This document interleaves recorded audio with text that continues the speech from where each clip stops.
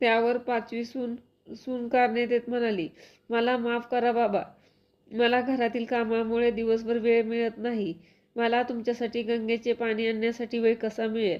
तुम्ही दुसऱ्या सुनांकडे जावा. थकलेले गोपालदास एक एक करत चारी सुनेकडे जातात. सगळ्यांनी आपापली कारणे सांगितली आणि नकार दिला.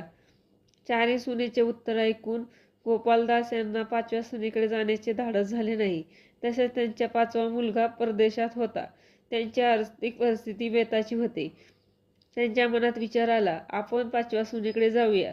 ते पाचव्या सुनेकडे जातात आणि दरवाजा वाजवतात. आतून गोड आवाज येतो, कोण आहे? त्यावर गोपालदास म्हणतात, सुनबाई मी आहे. त्यावर पाचवी सून दरवाजा उघडते आणि गोपालदासला पाहून खूप आनंद होतो.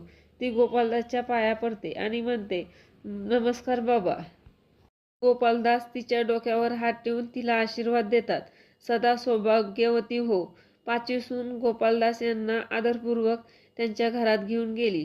बाबा तुम्ही माझ्या घरात आला आहे. माझ्या लायक काय काम असेल तर सांगा. गोपालदास म्हणाले, सुनबाई मी जीवनभर गंगेत जाऊन गंगेच्या पाण्याने स्नान केले आहे. आता मी थकलो आहे, म्हातारं झालो आहे, पायात चालण्या एवढी ताकद नाहीये आणि डोळ्यांनी पण कमी दिसत आहे. गंगा नदी इथून 4 मैल दूर आहे. माझ्या गंगा नदीला जाणे शक्य नाहीये. मुली माझ्यासाठी रोज गंगेचे पाणी आणून देऊ शकते का? तू जर हे काम केलं तर माझ्या म्हातारपण नीट जाईल. एवढेच काम आहे.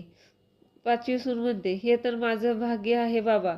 तुम्ही मला काम करण्यायोग्य समजलं आहे. तुम्ही बसा, मी तुमच्यासाठी पाणी आणते. राधाने गोपालदासना प्रेमाने पाणी दिले व आपल्या घरी राहायला सांगितले.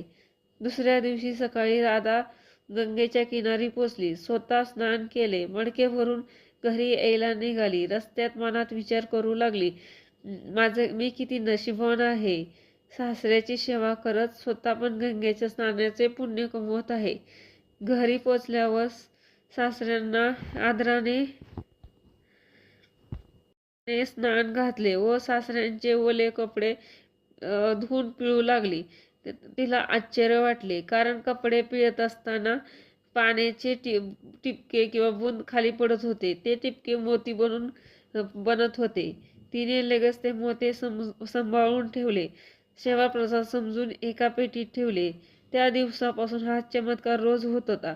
राधा प्रतिदिन गंगेतून पाणी आणत असे, सासऱ्यांना स्नान घालत असे आणि जे मोती बनत त्याला सांभाळून पेटीत ठेवत असत. काही दिवसानंतर जवळ खूप सारे